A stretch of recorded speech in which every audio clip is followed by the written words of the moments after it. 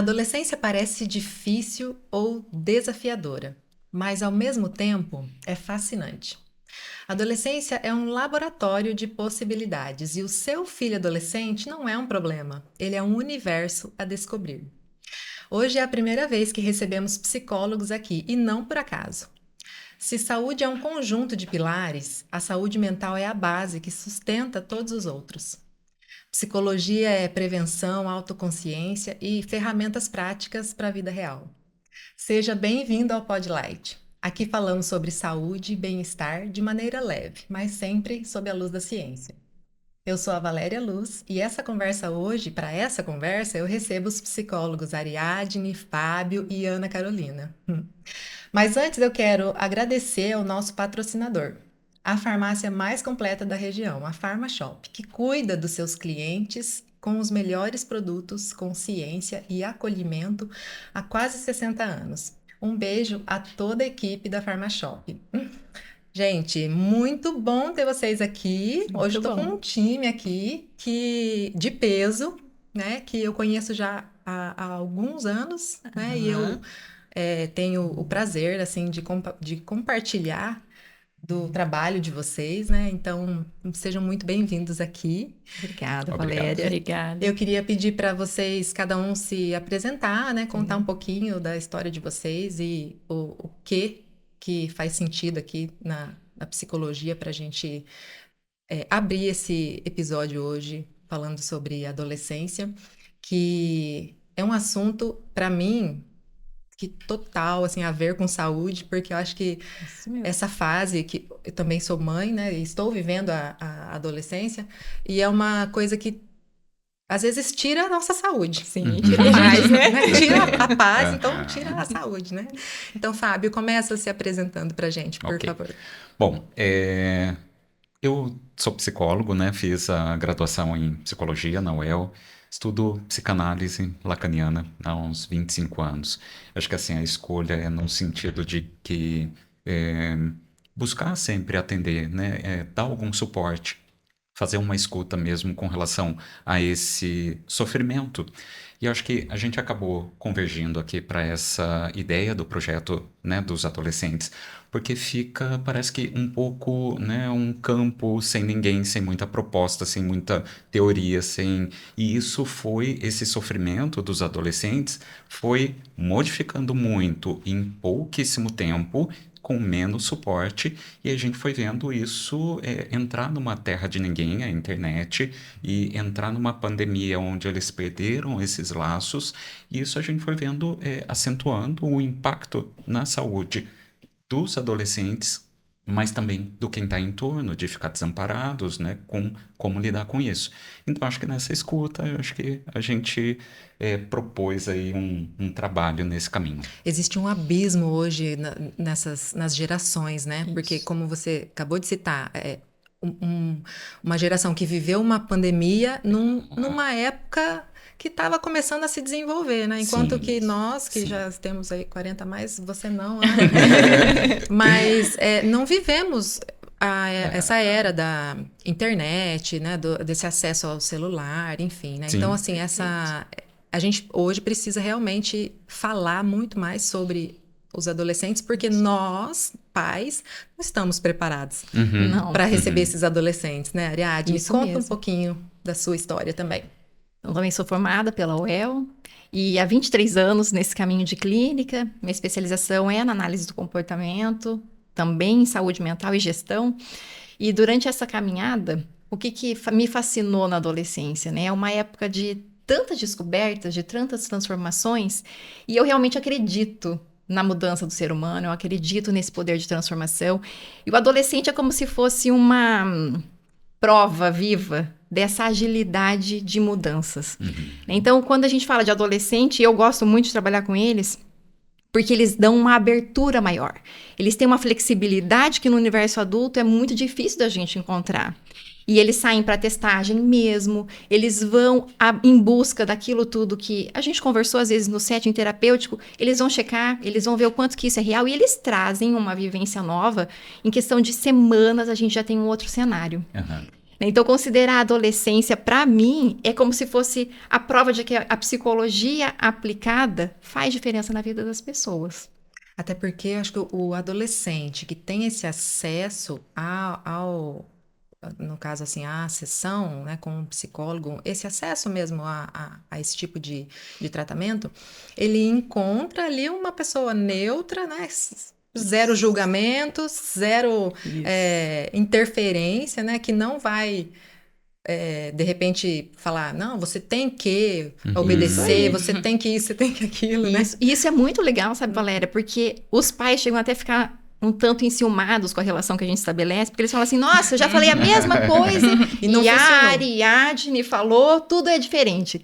Não é, porque realmente isso que você está falando, tem ali um laço diferente, um laço de zero julgamento mesmo, Não tem barreira. não tem barreira. E tem essa escuta interessada, né? Que eu acho que é o que gera mesmo esse abismo entre as gerações. Mas Quando- é que também acho que os pais podem também construir esse Com certeza. contraponto, Com porque certeza. o que acontece é que às vezes fica um pouco apegado a um jeito de fazer, a um jeito que vivenciou quando era criança, e aí acaba replicando em algo, começa a se desesperar um pouquinho com aquilo que não dá certo. É exatamente isso que E- você vai ensinar hoje aqui, Exato. Fábio. Segura aí, vamos apresentar a Ana Carolina aqui também. Então, eu sou a Ana, também sou psicóloga, recém-formada, né? Terminei a graduação no final do ano passado. Eu fiz na PUC, aqui em Londrina mesmo. E eu peguei a época da pandemia. Então, eu iniciei em 2020 e logo já começou a pandemia. A gente teve uma semana de aula e aí já veio toda aquela incerteza de como seriam as coisas. Eu me questionei e falei, meu Deus, como que eu vou aprender se é isso que eu quero? Porque cadê a prática? Cadê esse contato? E aí, em 2021, quando tudo começou a voltar aos eixos, eu iniciei os estágios voluntários mesmo, em serviços de saúde pública, lá de Rolândia. E foi onde eu acho que eu descobri que eu gostava mesmo daquilo que eu estava estudando. Tava fazendo sentido. Isso, comecei a realmente me conectar com a profissão, consegui conhecer profissionais, assim, muito capacitados. E antes disso, eu já fazia terapia. Então, eu sou de uma geração que, apesar de não ter tido esse contato com a tecnologia tão cedo, como agora, né, os sim. adolescentes estão tendo, eu tive bastante acesso. Então, ficou nesse meio termo de a tecnologia não começou tão cedo, né, no meu dia a dia, mas quando começou, trouxe informação, trouxe esse acesso ao conhecimento e abriu muitas portas, assim, para o novo. Então, acho que isso foi muito valioso. Eu pude começar a terapia muito mais cedo do que os meus pais, né, os meus avós nunca fizeram. Sim. Então, eu vejo essa diferença e que hoje faz total sentido, assim, eu seguir esse caminho. Às vezes tem avós até que falam assim, ai, pra que isso, menina? É. Por que você tá fazendo isso, né? Você tá tão bem. Mas a Ana, Meu então, psicólogo é Deus. vai trazer Às aqui vezes tem um frescor, né? E um olhar diferente mesmo. mesmo, né? O seu lugar de fala, com certeza, tem um peso muito importante aqui, porque você tá muito mais próxima aí, né, dessa geração que a gente está citando, né? E com conhecimento, no caso, de causa e de profissional, né? Que você já está atuando na área, né? Fábio, explica para mim o que faz a psicologia ser uma peça central da saúde mental hoje, né? Especialmente nessa convivência aí com os adolescentes. Eu acho que no sentido de propor mesmo essa escuta mais limpa, essa escuta que traz aí o sujeito, né, e identificar, além daquilo que é um estereótipo, escutar o sofrimento e dar um outro sentido para isso, ajudar com que ele construa uma subjetividade, um jeito de lidar com aquilo que ele está vivendo dentro, e às vezes ele não consegue colocar para fora. E acaba produzindo conflitos, ou a gente fala que aquilo que não é elaborado, aquilo que não é subjetivado, que de colocar em palavras e perceber, ele acaba saindo em atos, né? Como se ele atuasse aquilo para ver, nossa, fiz isso, né? E aí já foi. Isso aparece muito também na adolescência, né? Eu faço primeiro numa experimentação e aí depois vou ver o que é aquilo. O processo de uma boa, né, independente da linha de trabalho, vai trazer ou oportunizar com que ele consiga trazer aquilo para as palavras, que ele consiga digerir aquilo antes de agir. Até para não ficar doente, né? Porque às vezes sai em Sim. atos e às vezes sai em forma de doença mesmo, no Isso, sentido assim, somatizando. até na pele, dor de estômago, né? Qualquer Isso. coisa, né? E a gente, no caso aqui, não estamos falando só do adolescente, né? Mas de como nós, pais, podemos lidar com o adolescente, né? E quando a gente fala justamente disso, da psicologia aplicada, e nas relações mesmo, tanto com o adulto quanto com o adolescente, a criança, a psicologia ela dá abertura para essa ressignificação, que é um olhar sobre o fato, considerando elementos mais atualizados, às vezes até de vivências já estabelecidas, que a gente pode nomear de forma nova e se relacionar também sobre uma outra perspectiva. Então, fazer esse processo de olhar para a história, e eu acho que isso é fantástico na vida do adolescente, a brevidade da história, né? Eles têm 14 anos, 15 anos, às vezes 13 anos de vida, a gente consegue dar novos rumos, porque ressignificar as percepções, os sentimentos e também entender de onde eles vêm possibilita um redirecionamento mesmo de ação, de foco. E às vezes a gente passa uma vida carregando marcas de uma história que a gente nem sabe de onde vem, mas que impacta nas decisões que a gente toma, nas escolhas que a gente faz e que às vezes não são bem sucedidas. E essa brevidade com o adolescente permite a gente olhar com mais clareza e identificar rapidinho de onde vêm as autorregras, essas crenças que às vezes limitam as nossas decisões. Nossa, e é nítido não sei se assim é uma quebra de comportamento que acontece, e eu queria que vocês explicassem o que acontece nessa idade, porque olhando fotos esses dias do meu filho, todas as fotos eram feliz, com aquela pose de, né? Muito sorriso, muito maravilhoso, né? E agora na adolescência você pede para tirar uma foto. Sim. As fotos são sérias, são engessadas, né? E aí eu falei, filho, volta a ser o que você era antes, né? Assim, mas deixa essa alegria sair, porque não é que é uma pessoa triste, mas existe uma quebra ali de comportamento, né? Antes eu era assim, agora não sou mais. Mas quando eu falei da questão da tecnologia não ter entrado tão cedo, é isso que eu vejo, porque quando eu fui adolescente, né, eu tenho 23 anos, então assim, há 10 anos atrás, vamos colocar, ainda não tinha muito essa cobrança de você só pode aparecer bonito, só pode aparecer arrumado, você tem que seguir o que todo mundo faz. Não, quando surgiu a possibilidade de compartilhar foto, vídeo, troca de mensagem, não tinha muito esse padrão, então você não buscava ser aceito por meio disso. Entendi. Então, a gente conseguia ser mais natural. Eu vejo algumas fotos, assim, minhas e das minhas amigas de anos atrás, a gente fala, meu Deus, eu nunca colocaria em rede social nenhuma isso. Sim. Mas a gente se divertia. E hoje a rede social já tá com outro papel, né? De cobrança, de atender os padrões que são colocados.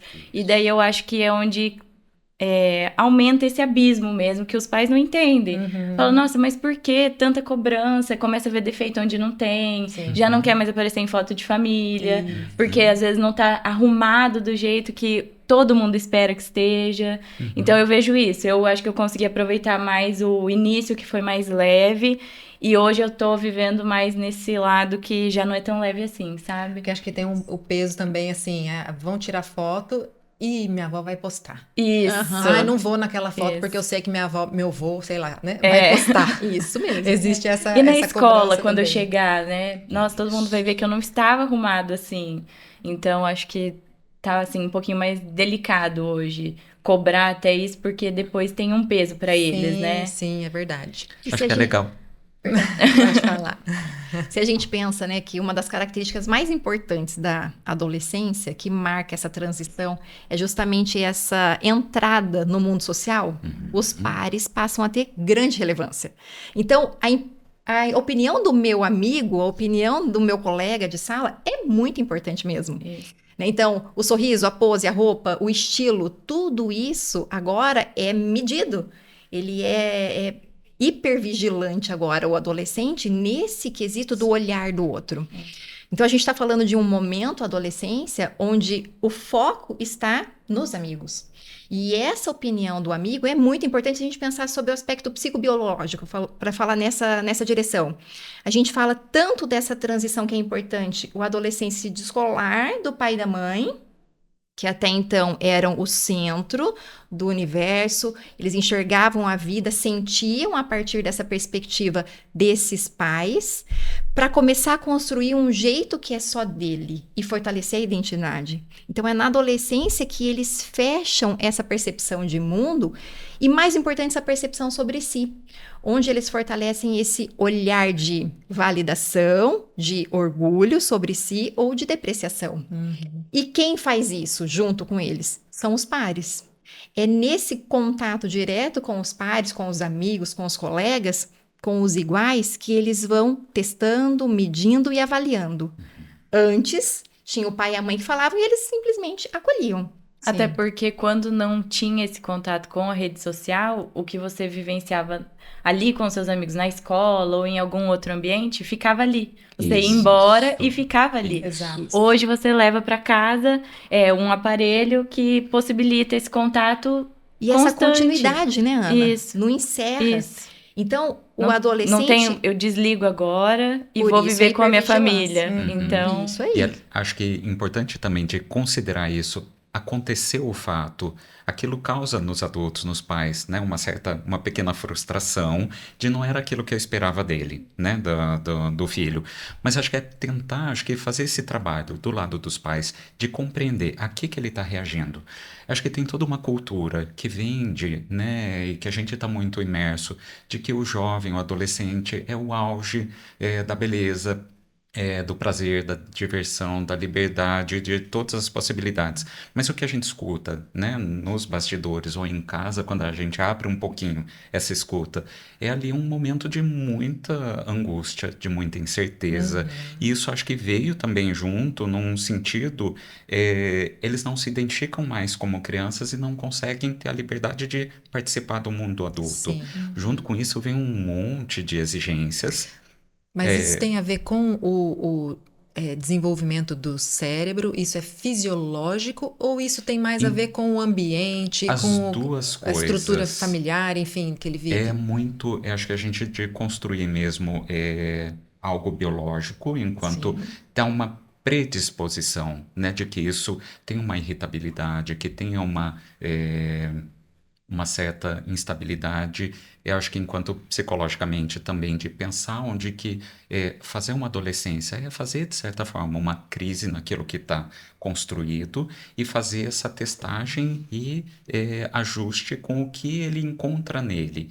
E ele faz esse teste, né? Mas também da gente pensar aí como que ele vai se encontrando com esse processo e vivenciando aquilo, reações, né? Como disseram, a rede acaba monitorando isso e causando uma série de pressões. Às vezes postar aquela foto, né, eles estão num constante processo também de ansiedade, de certa forma, e de medo de ser humilhado, né, publicamente. Será que vai ser visto? Como que vai ser visto? E isso tudo acaba transformando numa possibilidade que eles vivenciam de inadequação. Né? E aí eles começam a Medo de se reagir tornar a uma isso. figurinha. Isso. E aí é Porque legal de tudo é figurinha. perguntar, por que não? Né, eu acho que abrir esse caminho de tentar entender junto com ele ali a que ele está reagindo. Acho que esse ponto também de trazer uma leveza, como que a gente faz isso, assim? Como que a gente ensina que tá tudo bem? Ah, essa foto tava feia e a amiga postou. Eu não tava bem na foto. Tá tudo bem, assim, como que a gente tira um pouco desse peso, né? Porque é uma realidade que eles vivem mesmo, né? Então, quando você pergunta disso, né, da mudança, ela é tanto biológica quanto emocional, e esse ponto que você traz nessa pergunta, ele é extremamente importante, porque o que cabia na infância não cabe mais agora na adolescência. Então, por exemplo, falas desse tipo onde a gente acaba caindo mesmo de tá tudo bem, vai passar, você vai dar conta, é insuficiente. Não faz sentido para eles. Não faz, Valéria. Sabe por quê? Porque vamos imaginar que eles estão nessa necessidade, então, biológica. Eu gosto muito de entender sobre a evolução da espécie e a função do comportamento de forma evolutiva. Sim. Então, eles precisam se descolar do pai e da mãe, porque eles estão treinando para a vida adulta. E quem vai acompanhá-los na vida adulta? Cada Os um por pares. si. Não é? Cada um por si, mas os pares é que vão caminhar junto com eles. Não são os pais. Entendi. Então, Os é pares. necessário. Os pares. Então, é importante que os pais e as crianças se descolem. Por quê? Esse deslocamento do afeto é necessário para eles conseguirem se aliançar, se estabelecer novos vínculos com os amigos, com o futuro parceiro, né, a futura parceira. E se o laço está muito forte num vínculo único, direcional para os pais, isso já não é possível. Então, para a biologia, para a evolução, a gente já sucumbiria. Então, a gente precisa disso de uma forma agora pensando biológica. Na parte emocional, na parte psicológica, a gente precisa fazer isso porque quando a gente se vê sujeito da nossa ação, sujeito da nossa escolha, do nosso corpo, sujeito dessa intenção, desse desejo de vida, é que a gente começa a se ver capaz e responsável pela mudança. Então, se a gente pensar, os dois aspectos, eles são necessários para que a gente continue aqui como uma espécie saudável e atuante no mundo. E aí, então, quando a gente olha para o filho e fala, não, mas vai ficar tudo bem, não é suficiente, porque é como se a gente falasse assim, ó, fica calma. Você tá nervosa, mas fica calma. Por quê? Porque eles estão no meio do turbilhão. Sim. E o olhar do outro tem muito peso. A incerteza da vida é muito grande. A pressão social, o pedido de que eles saibam o que vão fazer da vida, o que eles vão ser quando crescer, se eles vão para qual direção, eles ainda não sabem. Né? Então, E qual, nesse caso, seria, então, uma palavra de conexão, né? Se eu, no caso, não vou, então, falar que tá tudo bem, filho, vai passar. Não vou falar isso, Não então. Eu vou falar o quê? eu vou falar, me conta, o que tá tão ruim aí? Deixa eu entender o que tá doendo. Deixa eu entender o que você tá vendo, porque eu estou interessada em enxergar o mundo sobre a sua ótica. Eu quero ver o que você está vendo, porque eu, filho, não consigo ver dessa forma. Eu tô com dificuldade de enxergar onde está o problema, porque eu vejo um filho assim, assado, eu vejo uma foto muito bonita, eu vejo esse menino, mas você tá vendo sob a perspectiva que é a única sua, que é do afeto, que é do contato do outro, do olhar de comparação. Porque eu realmente quero é entender. difícil para nós, pais. Porque, É muito. assim, é se colocar no lugar, né? Até porque quando a gente pensa assim, eu já passei por isso, Mas é diferente, né? né? Quando a gente passa no lugar de pais, né? Eu acho que é de perceber esses dois lados da dificuldade. Ali é um luto mútuo que está acontecendo. Mas a gente, enquanto adulto, a gente está acostumado a mais ver isso que é da desconstrução infantil, ele perdendo a infância ou ele se agitando com aquilo que estava estabelecido.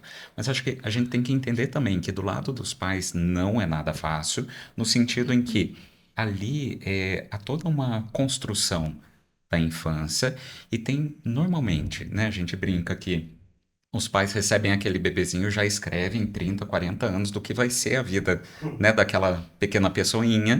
E aí começa a chegar na adolescência, ele fala, olha, não, né? E isso também é uma dor, porque os pais também depositam ali a realização de muita coisa.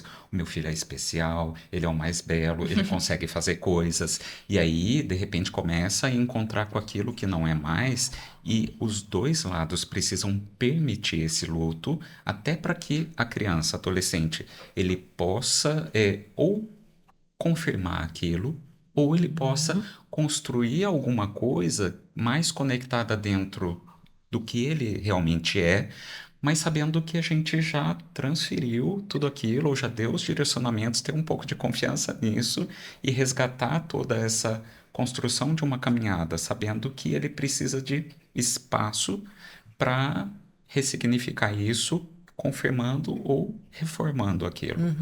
E é esse luto que vocês citaram, é que faz, parece que abrir um abismo Isso. de distanciamento. É essa Será que é uma sensação, posso dizer, do adolescente, do tipo, ai, ninguém me entende nessa casa, Isso. que cria o portas fechadas, fone no ouvido o tempo todo. Às vezes eu tô falando sozinha lá em casa, aí que eu vou ver, tá com fone de ouvido, gente. Eu falo, poxa. Isso. E essa sensação tanto da parte deles quanto dos pais, Valéria. Porque a gente também tinha um lugar muito bem consolidado na vida deles. A maternagem, por exemplo, que era aquele cuidado diário, de olhar, de fazer pelo outro, de cuidar da saúde física dele, de cuidar de todos os detalhes, não tem espaço mais. Gente, eu tô arrepiada aqui, vocês não estão vendo, mas eu tô, que é isso mesmo. Então, o luto também é nosso do lado de cá. Porque a gente está vendo um filho que a gente muitas vezes já não reconhece dentro daquela perspectiva que o Fábio descreveu muito bem, que é da ideia que a gente construiu sobre ele. E esse estranhamento gera em nós também defesas. É duro também, Porque né? dói. Porque a criança ela passa a infância toda nos colocando no lugar de heróis. A Nossa, gente vai, a pedestal. criança vai salvando os pais. Aí começa a chegar na adolescência, ele começa a ver que esse pai às vezes falta, que ele não é total, que ele não é capaz de proteger de tudo. Isso produz um susto muito grande dos dois lados. Entendi. Só que aí acaba vindo, né, aquela coisa que ele começa a desconstruir, né, de tudo isso que sempre foi, há normalmente um equívoco, né, que aquilo que era visto como você não orienta mais a minha visão de mundo, começa a se confundir no você não manda mais em mim. E essa tradução começa a dar alguns conflitos, porque normalmente a defesa principal e mais fácil é de negação. E não de aceitação. E aí a gente projeta e tenta jogar. E aí há uma dificuldade dos pais de poder suportar um pouquinho esse lugar, sabendo que ele precisa construir. Enquanto pais, a gente tem que aceitar, né, a possibilidade do ninho vazio para que ele ascenda a também poder construir o próprio desejo. É um misto de Dos satisfação, dois porque lados. está crescendo, mas também de tristeza, porque Isso. eu já. Então, assim, Isso. é uma. Para o adolescente, então, é uma virada de chave ali, né, da infância para a vida adulta, um período de se sentir perdido, eu acho, e para os pais também, da gente encontrar. E agora, né, como você disse assim, e agora o que eu vou fazer se ele já não depende mais de mim? Porque eu Isso. sempre pensei assim, que ótimo ensinar o filho a ser independente, enfim. Porque a gente não sabe o dia de amanhã, a gente Isso. pode não estar aqui no dia de amanhã, né? Uhum. Mas enquanto havia essa possibilidade, né? É diferente de você estar vivendo essa... Mãe, tô indo, tô fazendo e tô acontecendo e tô nem aí para sua ideia, para sua opinião. Não me importa mais. O que importa é se meu amigo vai estar, se o fulano vai, se essa aprovação dos amigos, né? Eu acho que é legal de construir uma direção onde a gente entenda também que isso tem que ser de um acompanhamento progressivo, de estar ali e de ir aproximando, de ir conectando nessas conversas desde a infância, para que a gente tenha esses pontos de volta, de conexão, para depois ter, né? A gente precisa preparar desde muito cedo. A gente não vai preparar o filho para os perigos a hora que ele vai para o show e ali tem muita gente ou pode ter milhões de coisas. A gente vai durante a infância e gradativamente já ensinando com que ele veja os perigos e que ele saiba como lidar com essas coisas, para que aí então ele consiga construir isso depois, né? Que ele consiga voltar nisso e que a gente também, enquanto pais, consiga ficar mais tranquilo de saber que, bom, eu coloquei, né, aquele pequeno direcionamento, eu ofereci e isso vai dar o suporte para que na hora que acontecer ele faça mais ou menos aquilo que a gente ensinou. E os pais também têm que lembrar que os perigos foram mudando, né? Não tem como comparar uma época com a outra. Até o que a gente falou da tecnologia. Hoje, com a tecnologia, existem outros milhares de riscos Verdade. que eles se expõem e que os pais não vão entender, porque não fez parte da adolescência deles e até da vida adulta, né? Os pais, independente de serem mais novos, mais velhos, têm uma certa resistência, né? Com redes sociais, muitas vezes. Então, acho que fica difícil a comunicação e é o que aumenta esse abismo mesmo, porque não tem como você falar, eu entendo, né? Você não viveu isso para entender e tem que reconhecer o seu lugar para dar a abertura que ele fala. Então, eu acho que é quando a Ariadne fala que você precisa falar, me conta. Porque você não sabe. Você precisa ouvir antes de querer dar um conselho, de estender a mão para ajudar. Você tem que entender. Ai, que difícil a gente ouvir antes de dar opinião. Porque a gente já vai pra conversa pensando na resposta, Porque né? acho que a gente também é muito reativo. Isso. Né? E isso é um treinamento. A Ariadne tem me ensinado isso. Ela tenta, né? Porque é um treinamento, assim, de... Deixa eu perguntar, então, antes de... Mas lascar os homens, no geral, assim, a gente vê que quando vai ser pai de menina, fala, nossa, eu preciso me preparar quando ela falar que tá namorando. E tudo que vem antes disso, né? Porque você vai namorar com quantos anos você acha que a sua filha vai começar a se relacionar com alguém? Mas, 13, 14 anos, tá. E ao longo desses 13, 14 anos, o que você tem que fazer antes? O que você tem que se preparar para ouvir antes? Você falou uma coisa que é sensacional, que eu penso muito nisso, que é justamente a gente... Filhos, não é assim se cria, né? A gente tem que sim se preparar, a gente tem que sim ler, estudar, no sentido, assim, de se inteirar desse funcionamento todo, porque, como você acabou de dizer, não adianta eu me preocupar só com o que vai vir lá na frente.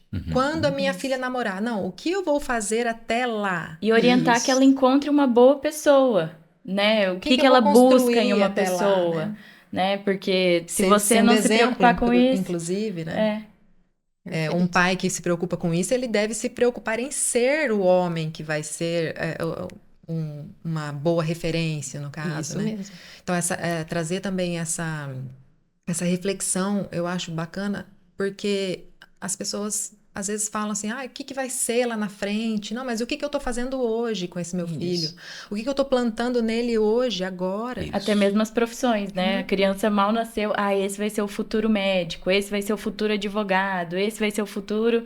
E não deixa que a criança tenha as suas próprias vontades, né? E daí é o que o Fábio falou, que tem essa quebra. E aí é onde os pais vivem esse luto por não ter as expectativas correspondidas, né?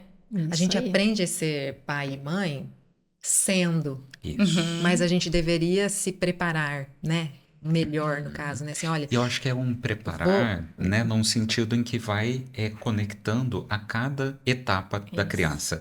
O que se espera de um pai? Porque também a criança, ela ensina para quem está atento né, o que um bebê precisa. Precisa de tudo, né? E depois não precisa de mais isso, de mais isso. E isso está conectado com aquele desenvolvimento, vai possibilitando a gente ir permitindo essa relação que você dá e também escuta e também percebe do outro.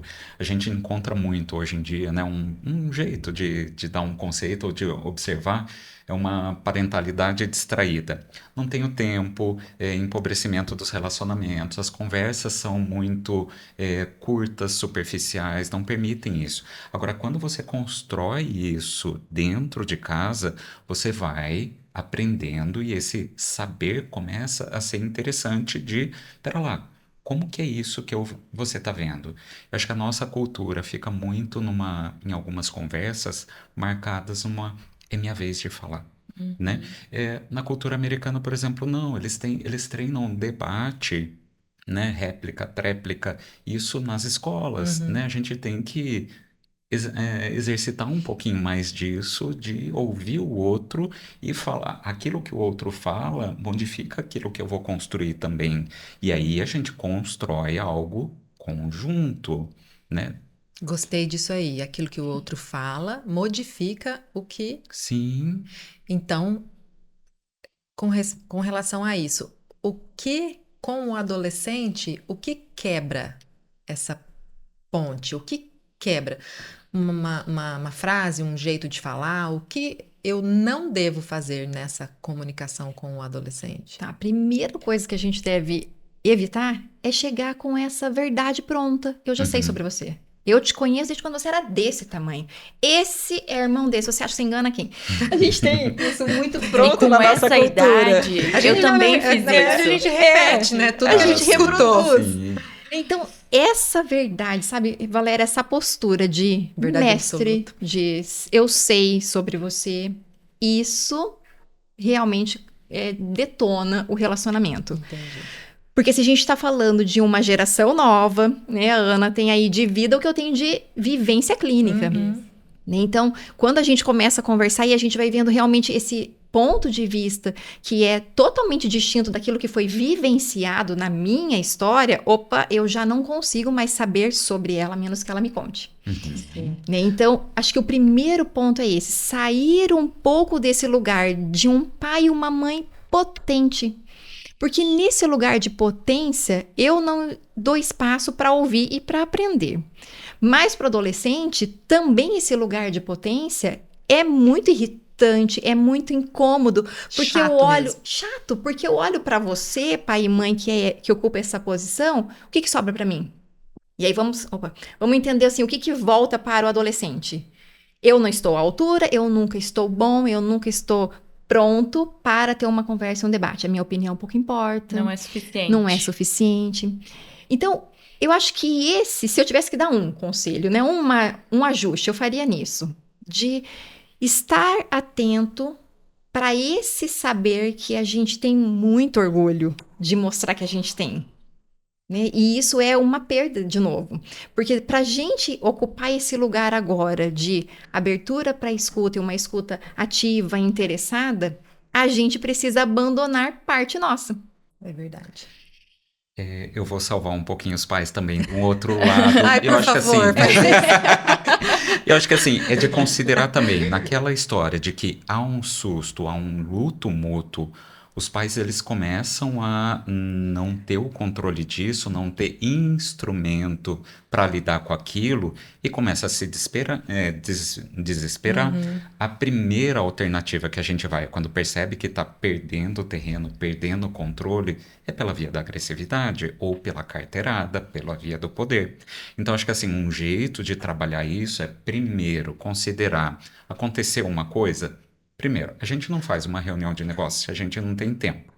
Né? Então, assim, a gente não vai ter uma conversa importante com o adolescente se você não tem tempo de realmente escutar e verdade. resolver aquilo. Outra coisa, você não chega já trazendo tudo aquilo, colocando para fora no afeto. No afeto, tudo aquilo que você está sentindo naquele momento. Você tem que convidar o adolescente. Olha, aconteceu uma coisa aqui, não foi muito legal. A gente pode conversar? Você quer hoje ou no sábado? A gente vai ter tempo depois, né? Então, construir primeiro esse convite para que o outro também tenha um tempo de dar aquela arejada, dele se preparar também e você também não entrar com o afeto primeiro para estruturar aquilo. Um outro ponto é escutar, né? Isso que a Ariadne falou. Escutar, validar, primeiro entender quais são os motivos.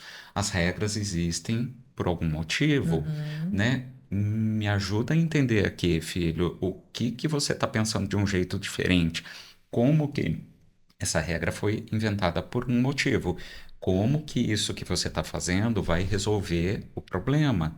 Né? Então vamos ponderar, né, o que os dois lados dessa situação. Por que que isso está estabelecido e por que que vocês estão pensando isso desse outro modo? Porque às vezes realmente a gente encontra. Olha, acho que essa regra caducou.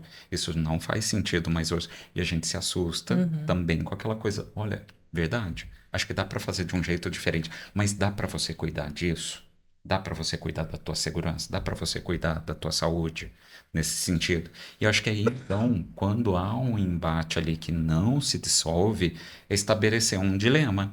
Olha, ok, estou entendendo que está acontecendo isso, que é assim, mas a gente, né? Como que a gente vai resolver isso? Vamos construir junto, então, alguma coisa. Existe uma linha, eu não sei se é uma linha de pensamento, vocês podem até me dizer sobre isso, que é a psicologia positiva, né? E que eu vejo muitos pais hoje tão com medo de Frustrar. falar não, medo de frustrar, com medo de ser chato, com medo de ser negativo, de causar um trauma. E aí fica ali na Neutro. permissividade, eu acho Exato. até. Isso mesmo. Né? Eu acho que isso é um problema aqui que vocês podem até reforçar, porque tem dois lados, né? Ou os dois extremos de ser muito positivo o tempo todo, abaixa aqui na altura dos olhos e fala calmamente, nananã. Até lá, minha filha, eu já rodei a baiana.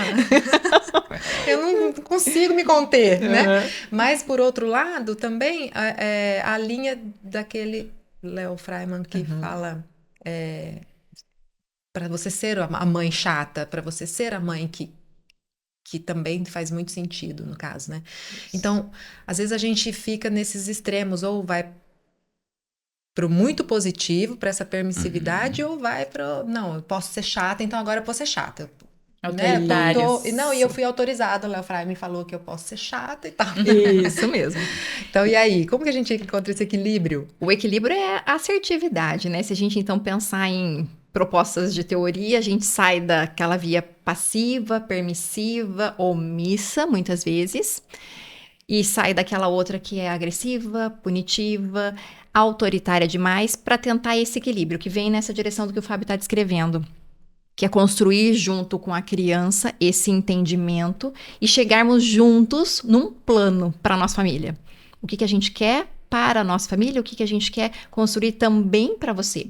O pai e a mãe têm uma obrigação legal, não é só uma obrigação moral, é uma obrigação legal de construir esse caminho saudável e de proteção para o filho. Né? Então, enquanto o pai está negligenciando, a mãe está fazendo de conta que não viu, está sendo só o pai legal, a mãe amiga, nós estamos falhando na nossa função, enquanto formadores, enquanto protetores. Então, o pai e a mãe bons são aqueles que frustram. Mas frustram para gerar sofrimento? Não, frustram para ensinar repertório, ensinar modulação, regulação emocional, ensinar habilidades de enfrentamento, de solução de problemas. É para essa função que a gente frustra. A gente frustra para que eles estejam preparados para um mundo que não é como o mundo digital, que só aparece para mim o que eu curto. O lado bom. Que só fala para mim o que eu gosto, né? Então, o algoritmo vai apresentando cada vez mais daquilo que faz sentido para mim. Sim. E a minha visão fica restrita dentro desse mundo, parecendo que o meu saber já é suficiente. Não, o pai e a mãe entram para falar, tem mais. E na relação com os outros, vai doer, a gente vai perder, a gente vai ganhar, a gente vai ter orgulho de ser quem é e muitas vezes vai ser muito difícil estar no mundo. Então, se o pai e a mãe, eles ocupam esse lugar de ser só os bonzinhos, infelizmente, eles estão deixando os filhos sozinhos na vida adulta. O que eu vejo também é uma grande diferença entre o inegociável e o que é negociável. Tudo bem você pedir a opinião do seu filho para alguma coisa que seja negociável, né? Que não coloque ele em risco, se não entra nessa questão da negligência, de ser omisso. Então, tem que saber o que precisa ser feito e o que dá para negociar. Sim. Né? Encontrar um equilíbrio entre as Isso duas não coisas. é de hoje, né? Porque, teoricamente, a gente já brinca com... às vezes criou-se uma cultura, né, do a vossa majestade o bebê, onde naquela construção de que... E aí os pais entraram nessa ética de educação de eu não quero traumatizar, eu não quero falhar, e traduziram com essa coisa de dar tudo para a criança. Faz o dar que quer. tudo o que é necessidade. Atender as demandas não significa dar coisas e saturar a criança de, né, onde ela acaba dominando e gerenciando a família, né, como se fosse ali até um pequeno reizinho, né? Então, na adolescência acaba trazendo disso e todo um conflito também, onde isso, não, pera lá, de repente não sou mais o rei, né? Não pode tudo. E isso provoca uma dor e um sofrimento. Sim. Frustrar é no sentido de acolher, é no sentido de dar a ele condições de lidar com a diferença, dar a ele um registro de que, olha, até aqui você vai, aqui não. A gente tem uma sociedade, né, que diz também de uma lei de até onde eu posso para conviver. né? Porque senão isso avança numa coisa desmedida. E aí o complicado é que na internet parece que é uma vida sem lei, uma vida de vale tudo. Uma coisa básica que é o banho. As pessoas falam, você tem que perguntar pro seu filho se ele quer ir tomar banho agora. para. Precisa tomar banho. É Eu uma lembro questão de quando eu saúde. era criança, eu falava assim, mãe, eu tô indo tomar banho agora, era 9 da noite. É pra lavar o cabelo ou não? Porque eu não podia dormir de cabelo molhado. E minha mãe falava, não, já tá... se você tivesse tomado mais cedo, você lavava o cabelo. Já que tá tarde, não é pra lavar o cabelo e amanhã de manhã a gente lava. Porque senão eu ia ficar doente e quem ia ter que cuidar de mim era ela.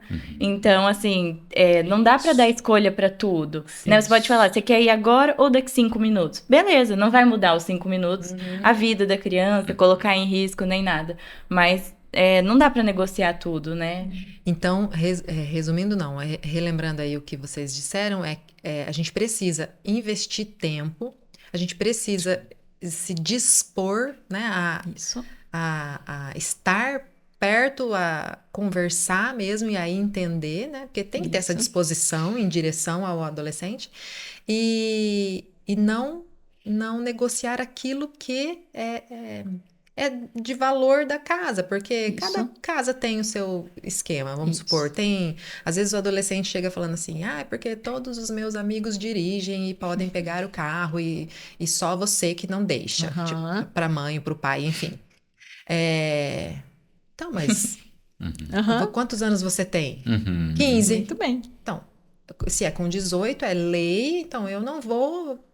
Não tem como negociar. Isso. Né, Isso não não é vou Também negociar de isso, porque... construir, né, até onde que a gente vai construindo de acordo não só com a idade, mas também do que ele mostra de maturidade.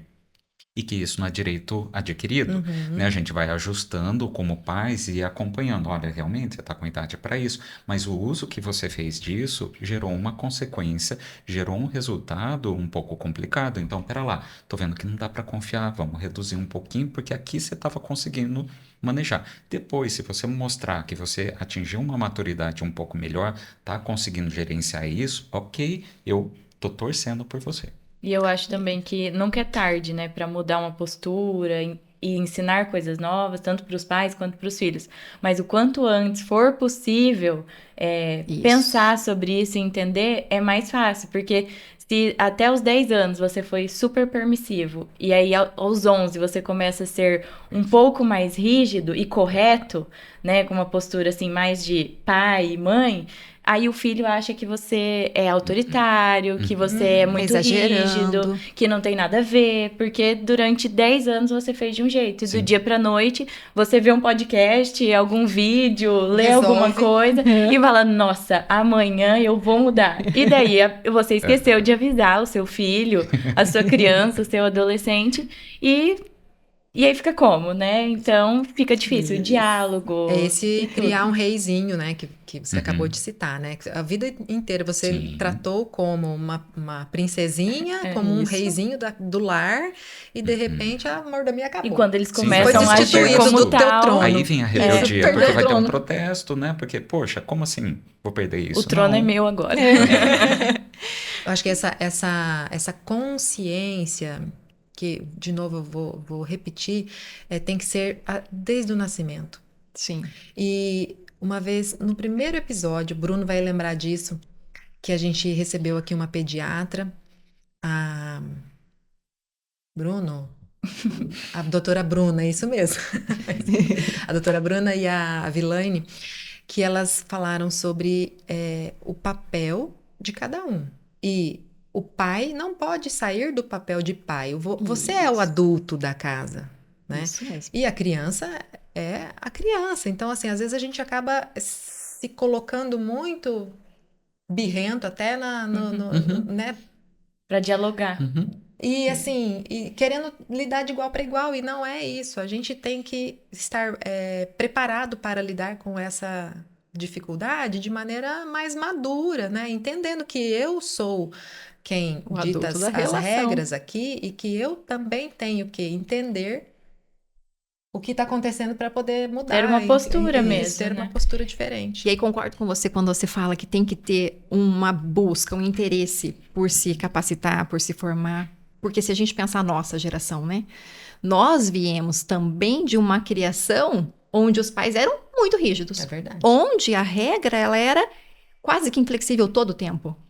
Né? Esse espaço que a gente está falando hoje de construção não existiu, pelo menos na realidade que eu vivi e nos meus amigos que eu enxergava ao meu redor. Então, quando a gente fala de ser pais hoje, é muito difícil porque a gente não tem referência de como que faz isso. Então, a angústia também vem do lado dos pais, o sofrimento vem do lado de cá, porque a gente nem sabe como é que faz. Quando o filho é pequeno, tem muita gente por perto, perguntando, orientando, ajudando. Quando a gente chega na vida adulta e os nossos filhos já são adolescentes, a vivência ela é solitária. Eu ouço vários pais falarem para mim no consultório, eu não sei o que fazer. Eu tenho quase que um homem de tamanho do meu lado, ele faz coisas, ela faz coisas que eu não gosto, eu não consigo entender os gostos, por exemplo, musicais, eu não consigo me aproximar porque eu não consigo assistir os filmes que ele assiste, as séries que ele curte. E aí, semana passada, uma ainda desabafando sobre isso, eu falei assim, olha, vamos lembrar das músicas que você ouviu e cantou quando ele tinha 4, 5 anos. Se a gente falasse hoje, na sua playlist ia ter, sei lá, Mundo Bita, ia ter série Pocoyo, ia ter que mais, né? De atividades e séries que a gente se colocou na cena para assistir junto com eles, curtir junto com eles e cantávamos. Né? Eu lembro que a gente cantava Galinha Pintadinha, Sim. Cocoricó, né? Que era uma coisa que você não ia assistir Não, também, né? e não você tá se na minha dispunha playlist. a- Isso. E a gente fez muito isso. E por que a gente fez? Uhum. Porque a gente estava engajado. Porque a gente queria fazer dar certo. Porque a gente queria conhecer essa criança e fazer com que essa criança gostasse da gente. E a gente deu nossa vida para eles. O que é a vida? Nosso tempo. E o nosso tempo é o E que eu a gente acho tem. que não tinha como adiar. Porque Não tinha. hoje, qualquer hora, você fala assim, não, já já a gente faz. Você pesquisa e faz no momento que for viável para você. Antes, por exemplo, a TV aberta, né?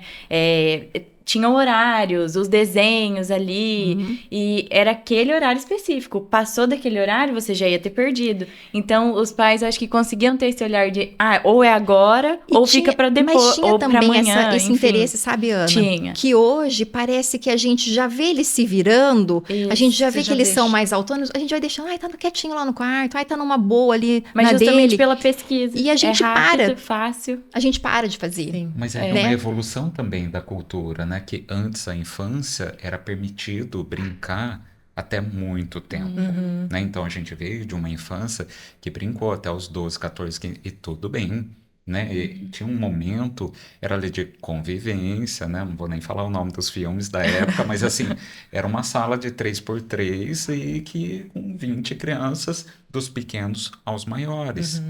Os referenciais estavam ali do passinho a mais, né, de um pouco mais acessível.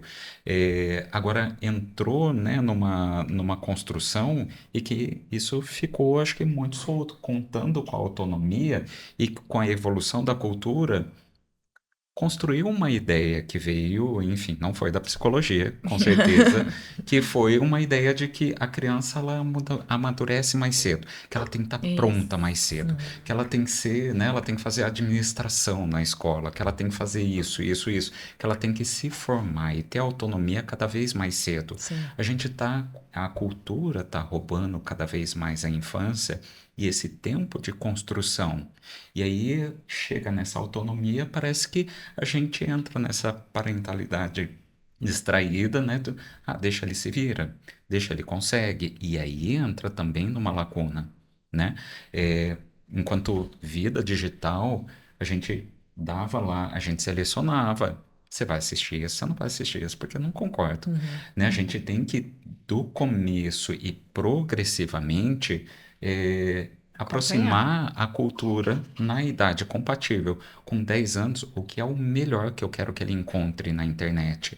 Com 15 anos, o que é o melhor? Filho, encontrei isso daqui, dá uma olhada nisso. Porque senão, a gente começa a ficar numa relação assujeitado com a internet, naquilo que é moda, naquilo que é o algoritmo naquilo que é uma tendência, e a questão é trazer a vida digital para, olha, ali é uma grande fonte de informação. Olha isso que legal. Saiba discriminar o que é bom e o que não é. E aí a E gente depois não consegue adianta construir isso. cobrar o que você não ensinou, É. né? Porque quando tá na adolescência, os pais vêm com uma cobrança. Ah, por que você tá fazendo isso? Por que que você se Aham. importa com isso? Mas quando era criança, não ensinou a não se importar, a não se preocupar. E A então resolver, a não encontrar em si. escutava. Então fala pro filho, por que que você não me escuta? E daí o filho olha e fala, mas você também não me escuta. verdade. Então fica essa pirracinha que você falou, Uhum. de não ter essa postura, de parecer duas crianças conversando, porque ninguém aprendeu, né? Essa vida digital, esse acesso deliberado até, né, a todo tipo de tecnologia, porque eles andam com tablet, com celular, enfim. Além, o Fábio pontuou aqui, né, que tem muita informação, tem muita coisa boa, mas também tem Tem. problema, traz problema. O que seria assim um limite, assim, como que, porque inclusive é um motivo de muita briga, Brigas. né, Aham. entre pais e filhos, entre adolescentes no caso, porque a gente quer impor um limite e eles não. Isso Né? aí. A gente está estudando aí que não está fazendo bem, ou está vendo que está gerando uma ansiedade, né, em comparação e tal. E qual seria o limite, assim? E também como abordar com o adolescente para a gente conseguir convencer de que, olha, agora é hora de parar. Uhum. Vamos. Além do critério que a gente usa tempo, né, que eu acho que essa sempre é uma pergunta que chega, a gente também precisa olhar conteúdo e olhar junto com isso se existe vida no offline. Então, quando a gente vai tomar uma decisão em família ou uma decisão no casal, entre o casal e passar para os filhos, a gente tem que dar uma observada na interação, porque às vezes eu tenho um filho que ele suporta muito bem 3 horas de tela. Ele suporta estar 3 horas ali engajado nesse universo porque ele transita entre pesquisa, ele transita entre conteúdo de conhecimento, de informação, ele joga, ele se satisfaz ali, entretenimento. Então, a gente tem uma mescla, os conteúdos eles são diversificados e eu consigo encarar a vida dele no offline com esporte, um desempenho escolar bacana. Eu vejo esse filho atento, engajado nas coisas da família, querendo saber o que vocês estão falando, o que vocês estão fazendo, querendo participar. Então, eu tenho um cenário aqui. Tem que uma E coisa aí agora- engula a outra, né? Isso. E agora eu posso pensar as mesmas 3 horas, né, de tela. Para uma criança que já tem um outro perfil, onde tem pai e mãe que trabalham o dia inteiro, que é a nossa realidade na maioria das vezes, que não tem suporte de acompanhar e saber o que está sendo visto, não ouve o que o filho conta sobre as pesquisas que ele fez. Sim. Esse filho, as mesmas 3 horas, passam a ser uma eternidade e uma porta muito larga de acesso a informações que podem ser prejudiciais a ele. E justamente porque quanto mais ele fica imerso na solitude da vida dele, no online, ali ele tem trocas, ele tem o sistema de prazer ativado, dopaminérgico em alta, porque ele está tendo trocas suficientes com as aquisições, os desafios, os jogos que ele é capaz de realizar e ter sucesso. Ele começa a competir com aquele colega da escola onde ele sempre perde, no online ele passa a ser vencedor. E aí então a gente começa a ver um cenário que já é diferente do caso 1. Então a gente não fala somente de tempo, a gente não padroniza a orientação, mas se a gente precisar de uma métrica, a gente sabe que estudos neuropsicológicos falam de 2 horas ser o limite para uma atividade passiva, como é a internet, como é o acesso às telas. Tanto pela luz azul, tanto pela postura de ficar à espera, o sentado, a abdicação desse momento de atividades que vão treinar habilidades, consumir água, consumir alimentos saudáveis. Então, eles começam a ficar muito tempo num mundo paralelo. E esse mundo paralelo não treina para o mundo real. Sim. As habilidades a gente desenvolve tocando no mundo, né? Se relacionando com pessoas, sentindo coisas que a gente sente. né? Então, esse mundo, a parte do online, ele deve ser sempre muito cauteloso, assim, na disponibilidade, sem o limite, sem o cuidado. Porque tem essas condições todas. Então, se eu tivesse falado assim, olha, padronizar, a gente fala de 2 horas. De 2 horas, que ainda a gente consegue garantir um mínimo de saúde para essa criança, esse adolescente que está em transição. Mas né? levar em consideração o estilo de vida. O estilo uso, de né, vida, e o o uso, conteúdo, as né? buscas, como é a vida dele no off. Né? Então, como que a gente faz isso? A gente faz com combinados. Né? Então, a gente chega para o filho e conta para ele qual é o nosso plano com a restrição. Por que 2 horas? Né? Por que eu preciso dormir até as 10h30 da noite? Porque eu preciso entrar num sono profundo, um sono reparador, e eu preciso sonhar, eu preciso do sono REM, que é o que me promove um bem-estar, o descanso e a reparação. Se eu fico muito tempo nas telas, o meu cérebro fica hiper excitado. E aí eu tenho dificuldade de desligar. A minha concentração na escola compromete. O meu desempenho cai. E aí a gente vai vendo que é uma bola de neve. Então, quando a gente explica para o filho, e a gente explica por que isso é bom para ele, normalmente ele entende. Normalmente ele entende. Porque todas as vezes que a gente conta que nós estamos interessados no bem dele, nessa hora a gente já diminui a tensão entre nós, entre as gerações. Entendi. Então, você acabou de falar aí de tensão, já me veio a outra pergunta, que é o seguinte. E no caso, então, de que houve uma crise, né, uma briga, sai dessa internet, eu não aguento mais ver você dentro do quarto, e aquele estresse. Qual é a maneira mais fácil, o ideal para a gente quebrar esse desconforto e acessar nessa hora pós-crise, como a gente retoma assim essa relação saudável? Sim, a gente tenta de início a modulação, a gente tenta traduzir o que aconteceu. Filho, agora há pouco a gente entrou num estresse, tanto você quanto eu. Eu me senti assim e eu percebi uma reação intensa sua. Então, a gente precisa sair desse impasse. Eu preciso que a gente converse sobre o que aconteceu.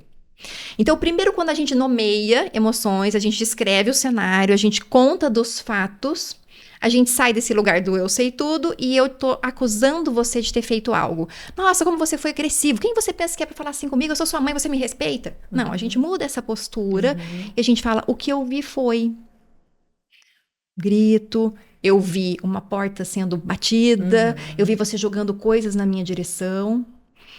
E realmente eu consigo entender o que aconteceu, porque eu também senti. Eu também senti raiva, eu também senti estresse, eu senti nessa situação desrespeito.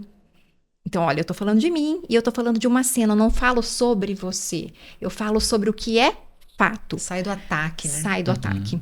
Então, a primeira coisa é a descrição do sentimento e da realidade que é observável.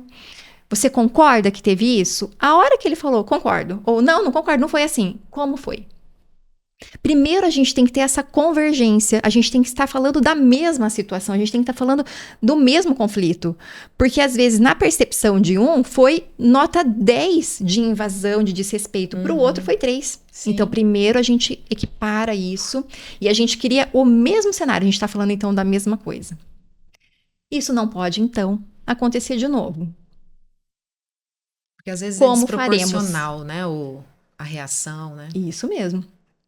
Então, entende, Valéria, que quando a gente nomeia, a gente faz descrição da cena, da realidade, a gente desarma e estamos agora na mesma condição. Você extrapolou e eu também. Eu já não sou dona do saber aqui, eu já não estou na minha razão exclusiva e a gente, então, está no próximo momento. O que nós vamos fazer para resolver? Eu percebo que o celular, eu percebo que o videogame tem sido um motivo de afastamento. E eu me preocupo, porque tanto para mim é importante a conexão com você, que é meu filho, é importante esse momento de família em conjunto, mas eu também me preocupo com o seu bem-estar.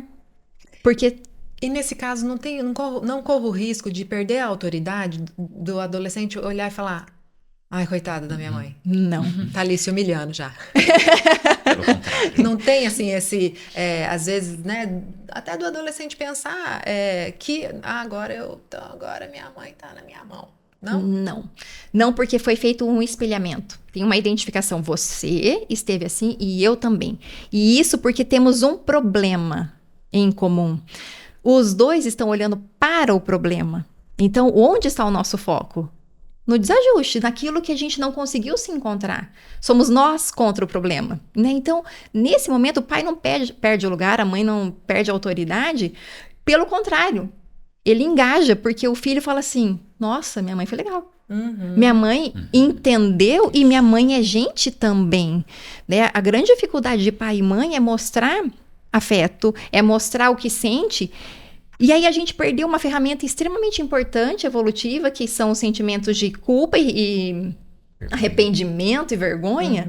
Porque quando a gente não mostra... É sério que você fez isso? Filho, você fez isso? Você jogou o objeto em mim? Você jogou, sei lá, o controle em mim? Né? Quando a gente mostra isso e descreve a situação, a gente faz com que o outro se perceba sentindo causador de um desconforto e pode reparar. Ele pode, na próxima vez, conseguir redirecionar, segurar o impulso que vem pela emoção, e aí a gente vai estabelecendo cada vez novos laços. Então, não precisa ter medo, pai e mãe não perdem autoridade quando vincula com o filho. Pelo contrário, a gente torna cada vez mais gente, mais humano, e entendendo que nós estamos juntos, que não sou eu contra você. Né? Não é o objetivo do pai e da mãe não pode ser fazer a regra ser seguida mais do que o para que a regra serve. Né? Então, a regra pela regra não tem função nenhuma. A regra é um instrumento, é um motivo pelo qual eu mostro para o meu filho que ele é o meu olhar está direcionado para ele, ele é um objeto de interesse e de atenção. A regra ilustra justamente esse cuidado e essa preocupação que o pai e mãe têm com os filhos. E acho que daí, quando ele se sente aceito até e amado, aí apazigua, né? Esse sentimento de raiva e de... Quando a gente apoia esse controle, né, pelo bem maior, que seja o controle ou pela via do poder, há essa sensação de que você vai estar ali, como era com aquela criança que dependia de você.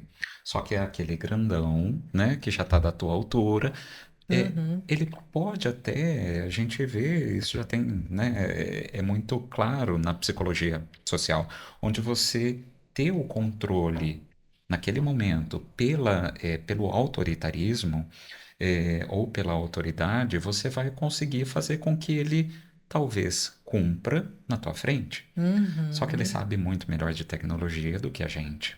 Ele vai conseguir ter acesso, ele vai conseguir burlar, ou ele começa a fazer coisas escondidas, e aí é mais complicado. Ter essa conexão, estabelecer com que ele possa falar disso, diminui o conflito, diminui a agressividade e faz com que você consiga acompanhar e perceber por onde ele está indo, por onde ele está caminhando. E aí permite esses ajustes e essa comunicação, onde você ainda consegue ajustar e ainda ele consegue recorrer a esse outro contraponto do conhecimento dos pais, que não é só a referência dos amigos ou da internet. Então, quando a gente descobre que o filho adolescente contou uma mentira ou escondeu algo, a gente deve ligar um alerta aí, né? Nesse sentido de que onde eu estou falhando, Porque ele precisou disso. Porque ele precisou dessa... Primeiro é perguntar para si, porque ele precisou disso. Porque ele precisou esconder isso de mim. Exato. Que ele precisou até mentir, né? Que ia para um lugar e foi para outro, enfim, qualquer tipo de mentira, né? Isso, o adolescente, ele conta muito mais em comportamento do que em palavras pra gente. Então, quando acontece isso e a gente faz a pergunta para nós, fica fácil enxergar o relacionamento. né? Então a gente começa a ver, puxa, eu também estou faltando aqui. Ou talvez estou sendo rígido demais e passando por cima dele e querendo uma obediência pautada no medo. Esse tal do respeito, né? Que também é uma exigência de faça o que eu estou falando. Então, acho que vale a pena mesmo a gente considerar que toda interação tem os dois lados e a gente pensar que quase que na mesma medida de influência um no outro, de interferência. Isso. Eu acho que de pensar, acho que também cultural. A gente organiza e estrutura a maioria dos conflitos de relacionamento em qualquer nível, como um tribunal, onde a gente busca quem está certo, quem está errado, para, digamos assim, ter ali uma satisfação de dizer você errou, e aí você passa a ter um poder sobre aquele outro que errou. Só que em Sim. relacionamento isso não faz o menor sentido, em qualquer nível, né?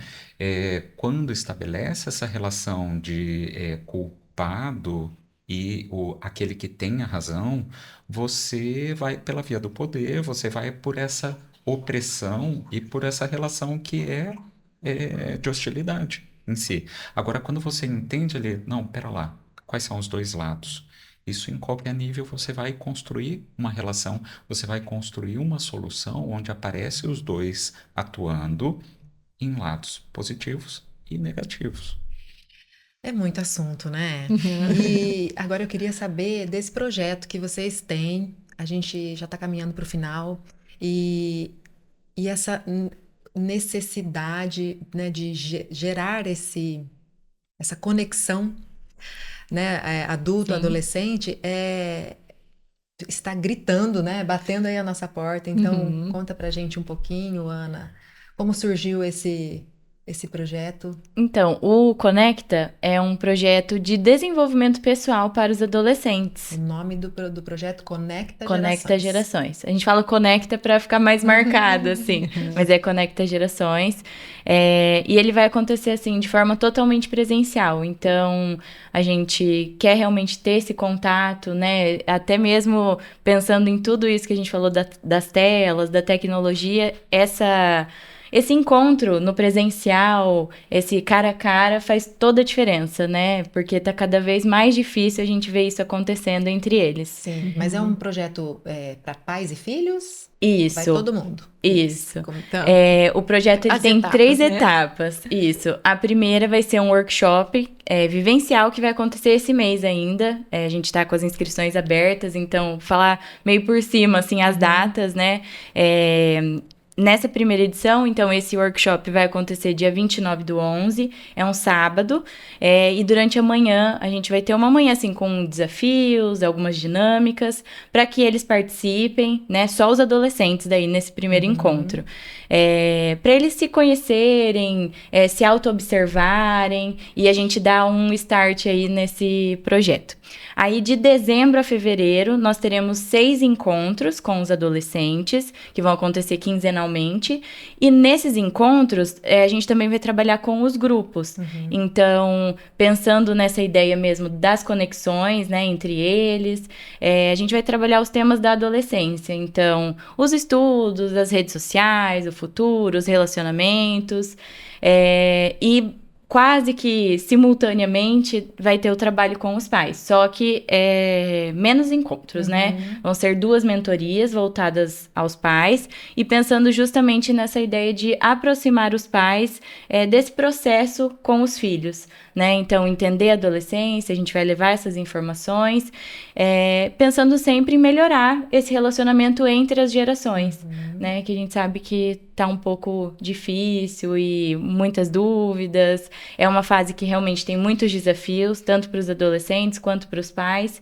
Então, a nossa ideia no projeto é realmente, não é nem ensinar, né? É tentar clarear um pouco tudo isso. Compartilhar mesmo, né? Porque os adolescentes também acho que vão, no caso, buscar isso em algum momento, né? Seja nos Isso. grupos, grupos de igreja, nos grupos de amigos, né? Eles estão buscando essa conexão para continuar, né, a caminhada. Isso mesmo. Então, assim, ó, não é um acaso que o projeto tem essa formatação, né? Então, esses anos de clínica trouxeram pra gente mesmo essa observação e essa escuta do que é a dor, né? Tanto do pai quanto da mãe.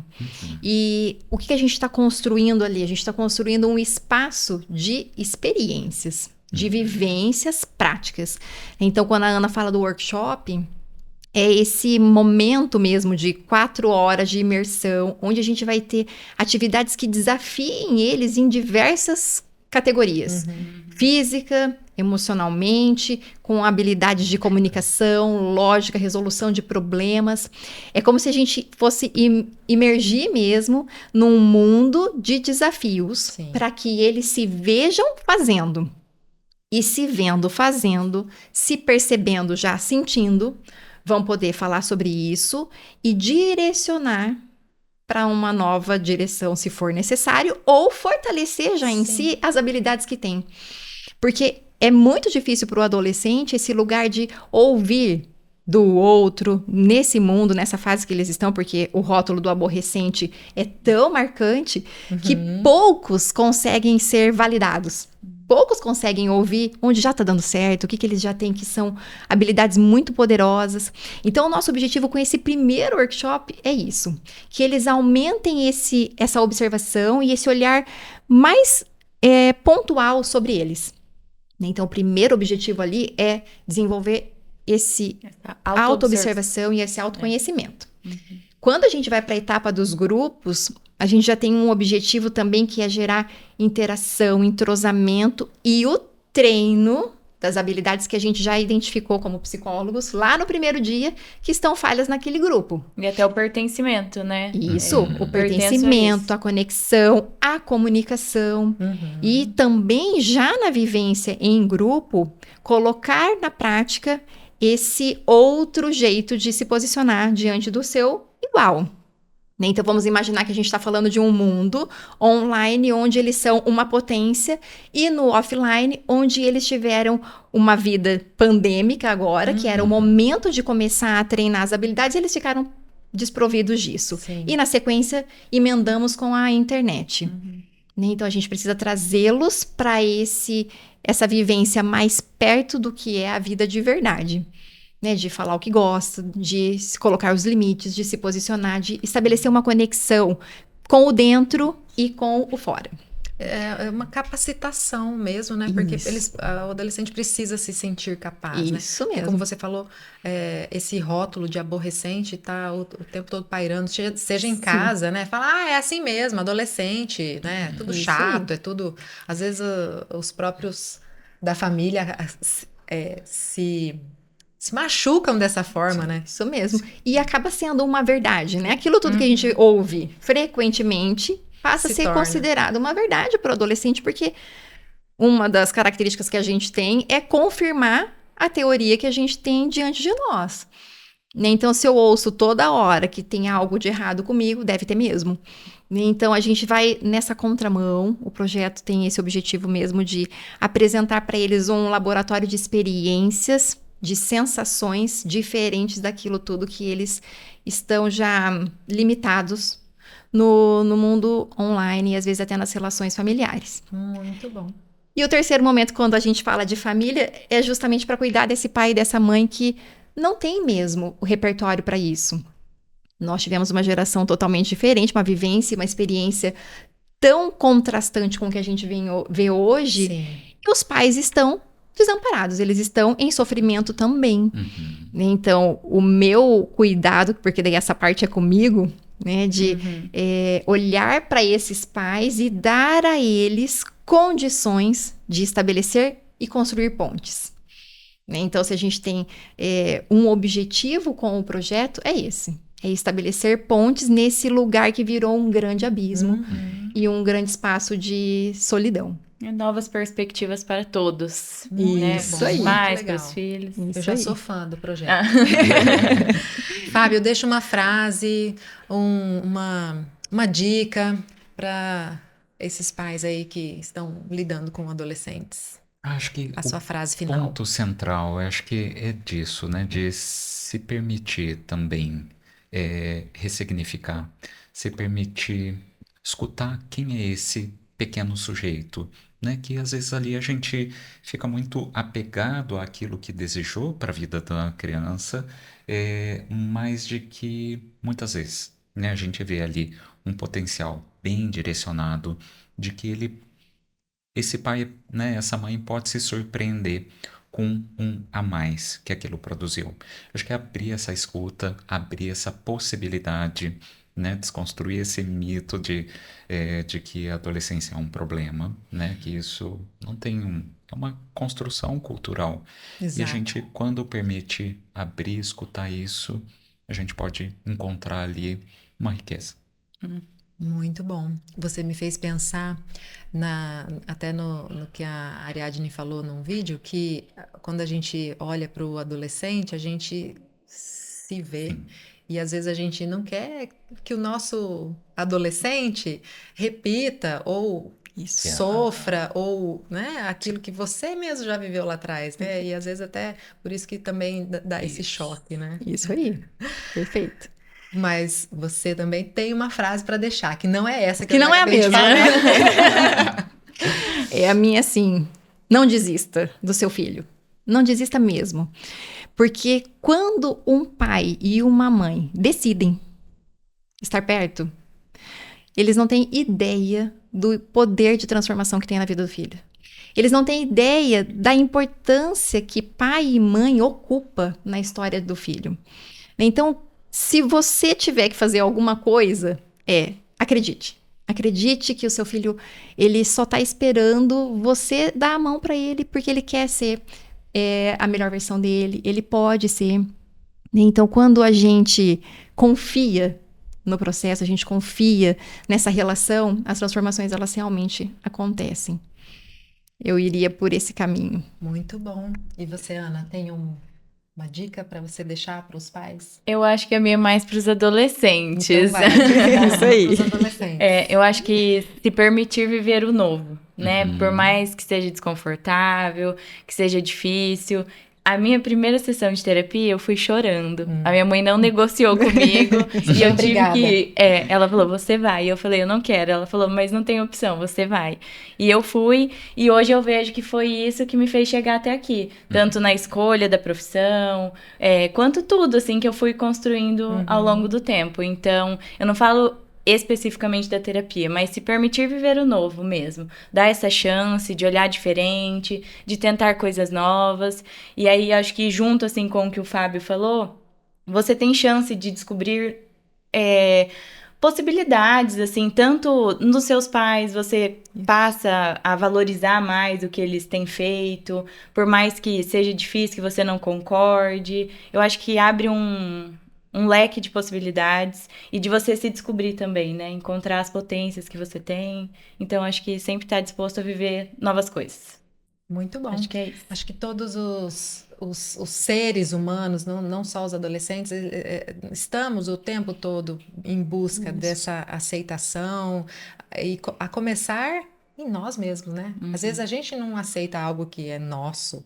Então, quando a gente tá aí nesse mundo que ninguém tá olhando para ninguém, a gente fica buscando acertar e agradar para fazer parte e para encontrar o seu próprio caminho.